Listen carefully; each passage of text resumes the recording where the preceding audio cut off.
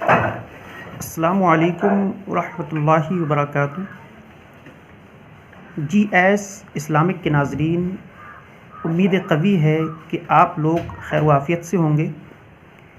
बाद सलाम की अर्ज़ ख़िदमत ये है कि कल हमने कायदा नंबर 2 पढ़ाया था और आज हम कायदा नंबर 3 पढ़ाएंगे।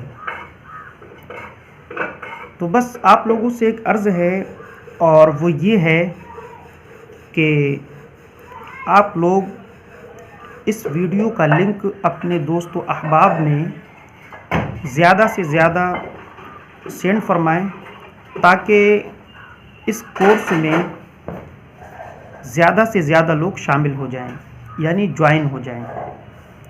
ठीक है, चलो अब हम क्लास को स्टार्ट करते हैं, यानी शुरू करते हैं। नहमदुहु व नुसल्ली व नुसल्लिमु अला रसूलिहिल करीम, अम्मा बअद, फ़अऊज़ु बिल्लाहि मिनश शैतानिर रजीम, बिस्मिल्लाहिर रहमानिर रहीम। मारिफतुत तजवीद का कायदा नंबर 3 है। मुसन्निफ़ अलैहिर्रहमा लिखते हैं कि शुरू सूरत में अऊज़ु बिल्लाह और बिस्मिल्लाह को वस्ल और फ़स्ल के एतबार से जिस तरह चाहें पढ़ें। ठीक है, अब हमने इस कायदे के 3 हिस्से किए हैं, वो आप स्क्रीन पर मुलाहिज़ा कर सकते हैं।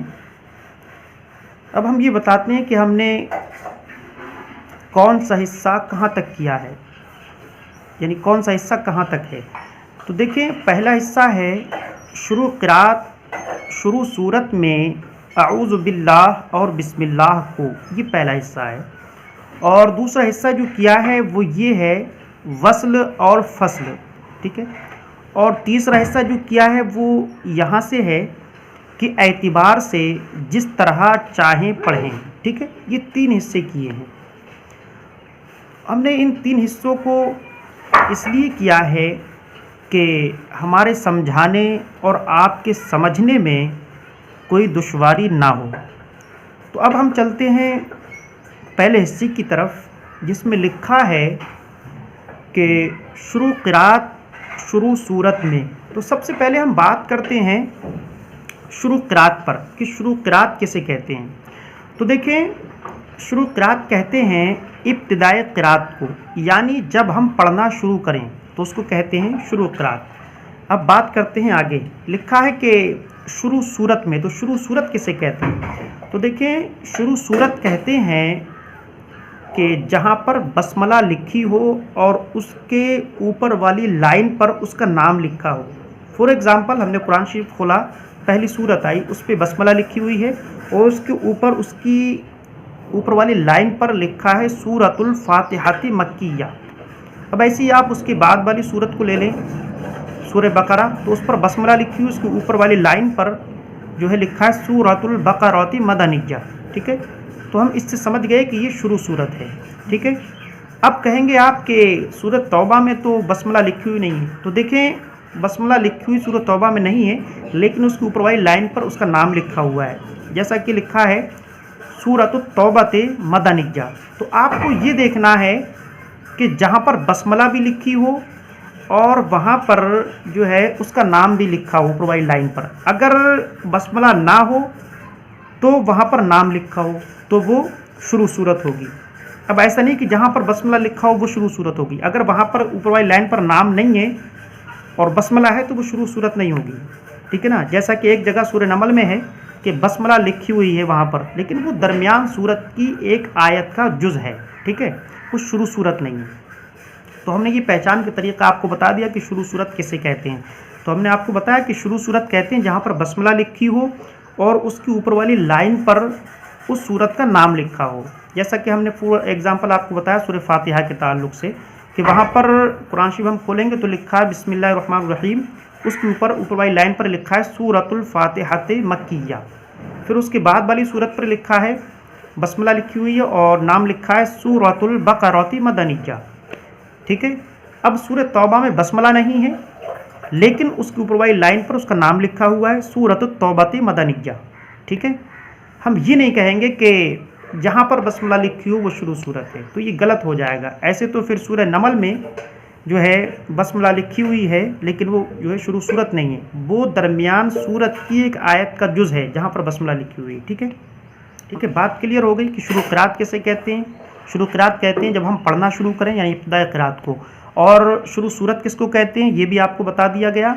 शुरू सूरत कहते हैं कि जहाँ पर बस्मला लिखी हो उसके ऊपर वाली लाइन पर उसका नाम लिखा हो। फॉर एग्ज़ाम्पल मैंने आपको बताया कि हमने कुरान शरीफ खोला, पहली सूरत आई, उस पर बस्मला लिखी हुई है, उसके ऊपर वाली लाइन पर उसका नाम लिखा हुआ है सूरतुल फातिहाते मक्किया, और उसके बाद वाली सूरत पर लिखा हुआ है, बस्मला भी लिखी हुई, उसके ऊपर वाली लाइन पर लिखा हुआ है सूरतुल बकरती मदनिया। अब आप कहेंगे कि जो है अगर नाम लिखा हो और बस्मला ना हो तो शुरू सूरत होगी, तो बिल्कुल होगी, जैसा कि एक ही है वो सूरतुत तौबती मदनिया, तो वहाँ पर बस्मला लिखी हुई नहीं है। ठीक है, लेकिन नाम लिखा हुआ है। ठीक, पहचानने का तरीका शुरू सूरत के हमें पता चल गया। अब बात करते हैं कि शुरू क़िरात पर महल किसका है। तो देखिए शुरू क़िरात पर महल है इस्तिआज़ा का। ठीक है ना। अब बात करते हैं कि शुरू सूरत में किसका महल है, ये बस्मला का। ठीक है, तो हमने ये आपको पहले भी बता दिया था कि इस्तिआज़ा का महल है शुरू क़िरात, यानी इब्तिदाई क़िरात। जब हम पढ़ना शुरू करें तो वो इस्तिआज़ा का महल है। और हमने आपको ये भी बताया था कि बस्मला का महल है शुरू सूरत। ठीक है ना, सिवाय सूरत तौबा के। तो हमने आपको बताया था कि बस्मला का महल है शुरू सूरत। ठीक है ना, तो अब यहाँ पर भी आपको बताया गया, यहाँ पर ये बताया गया कि शुरू सूरत पर किसका महल है, तो ये भी बता दिया गया कि बस्मला का महल है। तो बात क्लियर हो गई। ठीक है, हमने ये भी पढ़ लिया कि शुरू क़िरात किसको कहते हैं। हमने आपको बताया कि शुरू सूरत जो है किसको कहते हैं। फिर ये भी बताया कि शुरू क़िरात पर महल किसका है, और ये भी बता दिया गया कि शुरू सूरत में महल किसका है। अब बात करते हैं दूसरे हिस्से की तरफ। तो दूसरे हिस्से में लिखा है कि वस्ल और फसल। ठीक है, तो अब हम बात करते हैं कि वस्ल के माना क्या हैं और फसल के माना क्या हैं। तो देखें वस्ल के माना है मिलाना, और वस्ल से क्या मुराद है यहाँ पर। तो देखिए वस्ल से यहाँ पर मुराद है वस्ल कुल और वस्ल अव्वल फसल सानी। ठीक है, यानी वस्ल से यहाँ पर दो सूरतें मुराद हैं, एक है वस्ल कुल और एक है वस्ल अव्वल फसल सानी। अब हम बात करते हैं कि वस्ल कुल कहते किसे हैं। तो देखिए वस्ल कुल कहते हैं इस्तिआज़ा और बस्मला और सूरत, यानी तीनों को मिलाकर पढ़ने को वस्ल कुल कहते हैं। इनके पढ़ने का तरीक़ाकार क्या है, यानी वस्ल कुल के पढ़ने का तरीक़ाकार क्या है, हम कैसे समझेंगे कैसे वस्ल कुल होगा। तो देखिए मैं आपको बताता हूँ। अऊज़ु बिल्लाहि मिनश शैतानिर रजीम, बिस्मिल्लाहिर रहमानिर रहीम, अल्हम्दुलिल्लाहि रब्बिल आलमीन। ये हो गया वस्ल कुल। ठीक है, अब हम बात करते हैं कि इससे दूसरी सूरत जो मुराद थी, यानी दो सूरतें निकली हैं, वो है वस्ल अव्वल फसल सानी। यानी वस्ल अव्वल फसल सानी किसको कहते हैं। तो देखें वस्ल अव्वल फसल सानी कहते हैं यानी इस्तिआज़ा और बस्मला, इनको मिला देना और सूरत को अलग कर देना।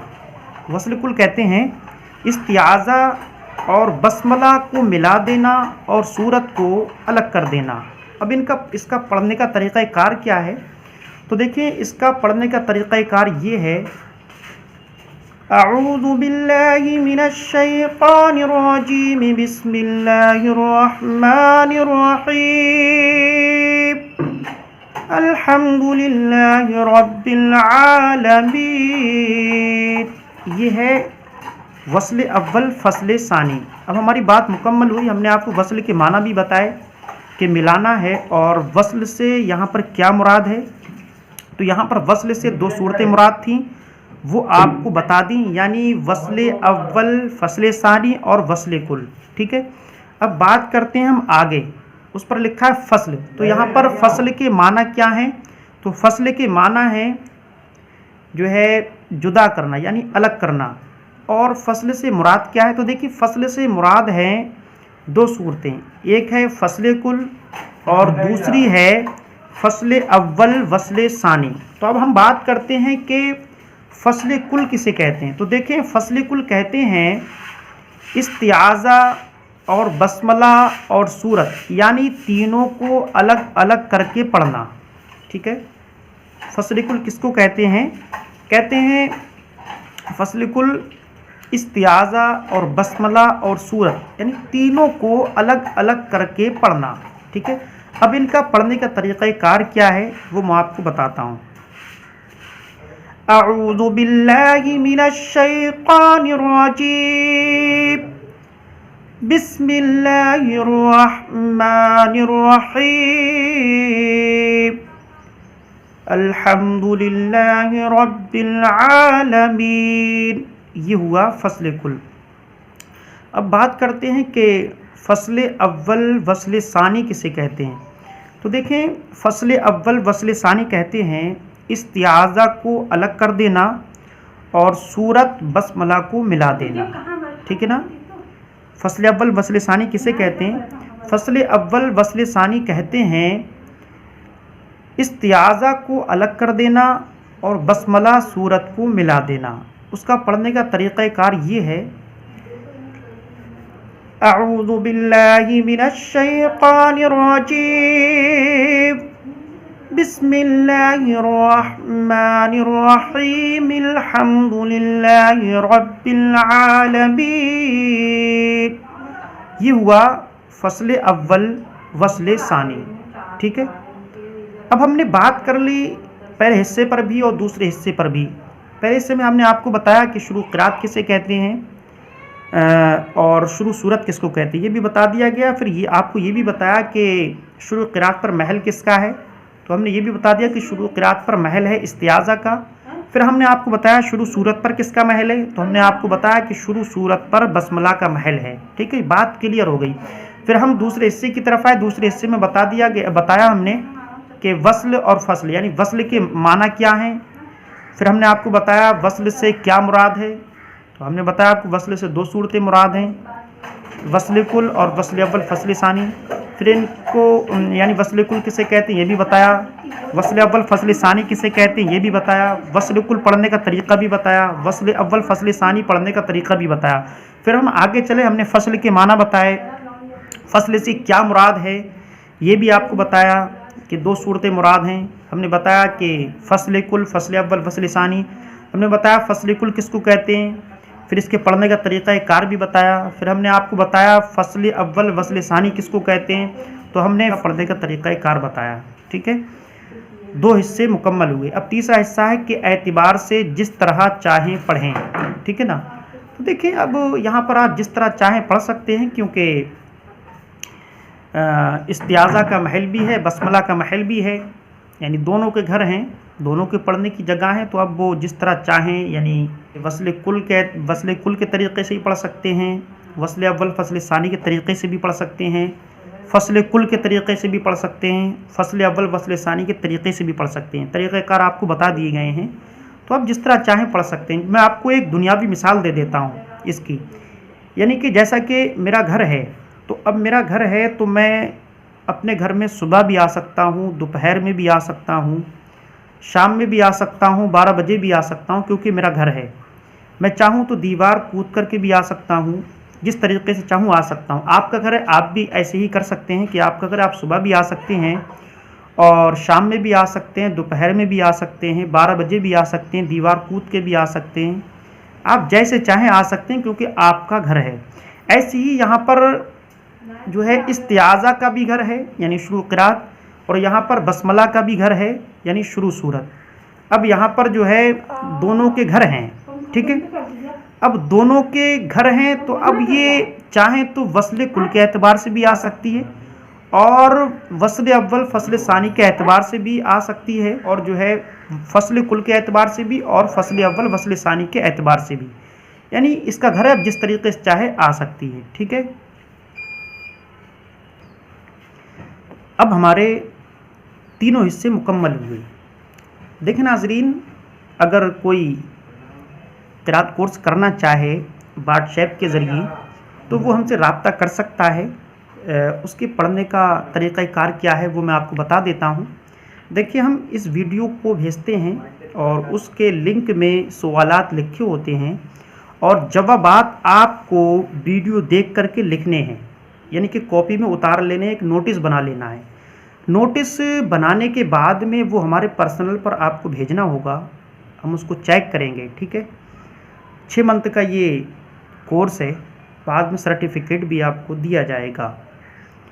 तो कुछ लोग होते हैं वो वीडियो को देख लेते हैं लेकिन जवाबात को वो नहीं लिखते, तो इससे कोई फ़ायदा नहीं है। ठीक है, और मैं समझता हूँ कि इस बात को आप समझ गए होंगे कि किस तरीके से पढ़ाई होती है। और सबक सुनने की बात रही तो वो ईमो आईडी के ज़रिए सबक सुना जाता है।